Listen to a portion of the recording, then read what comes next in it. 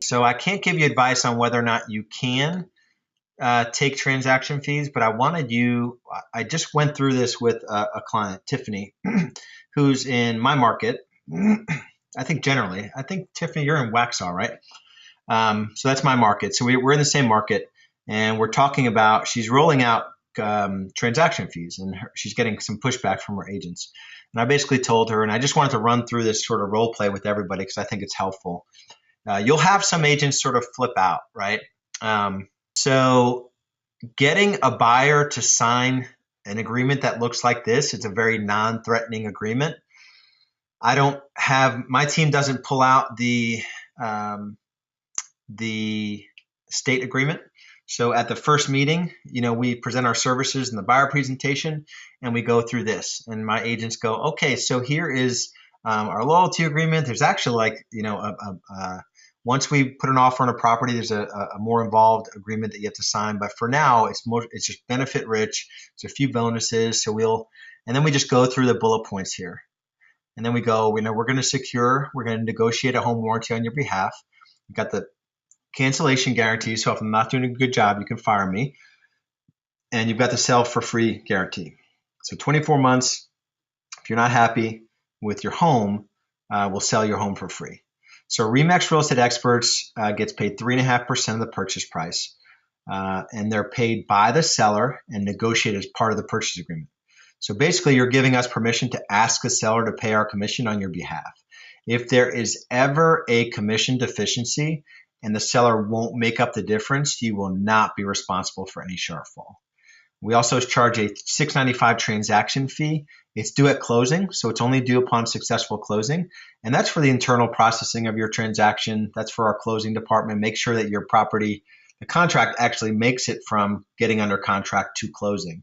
There's actually in the market a 25-30% fallout ratio, which we don't experience on our team because we've got a dedicated closing department. And we're going to ask the seller to pay for this on your behalf. If they don't pay for this, you will be responsible for the $6.95, but don't worry, I'll get them to pay for it. And basically, you just let us know which properties you'd like to see. If there's ever a FSBO or any builders, just let them know that we're your exclusive agent. And this is a 6-month agreement unless it's canceled by either party in writing. So if you go ahead and just sign here, we'll get the process started. Okay, so that's the first step. And I go through that. Most of you hopefully know that. So you have the buyer's permission to negotiate with the seller up to 3.5% commission plus $6.95. So I put this is in the buyer packer folder as well. This was the one gap that I had with my agents. And some of my agents do really, really well on this and some not so well. I've got an agent that gets average last year, 92% transaction fee collected. My agents aren't really good and I don't push them on the 3.5%. We're actually considering just going to 3%. It's a mental issue that I'm really not willing to fight with them.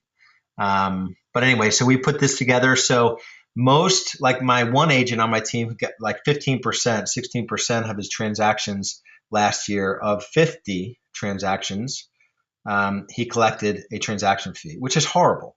And it's mostly kind of just lazy. They're at the last property. They want to write an offer. And even though you've gotten them to agree to a $6.95, you kind of just don't follow through. So I put this buyer offer summary sheet together. You may have to change some of these, but basically it gets down to the bottom. The whole point of this whole sheet is to lead into whether or not there's a commission deficiency, write in the number. Your $6.95 is automatically pre-printed there. You total those two up. So these are the additional closing costs we're going to ask for, like you agreed in the buyer loyalty agreement. And then,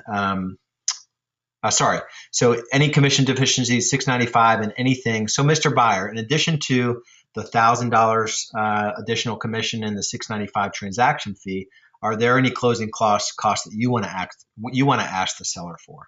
And then we put that number in here. We total these three numbers and we put that in the contract.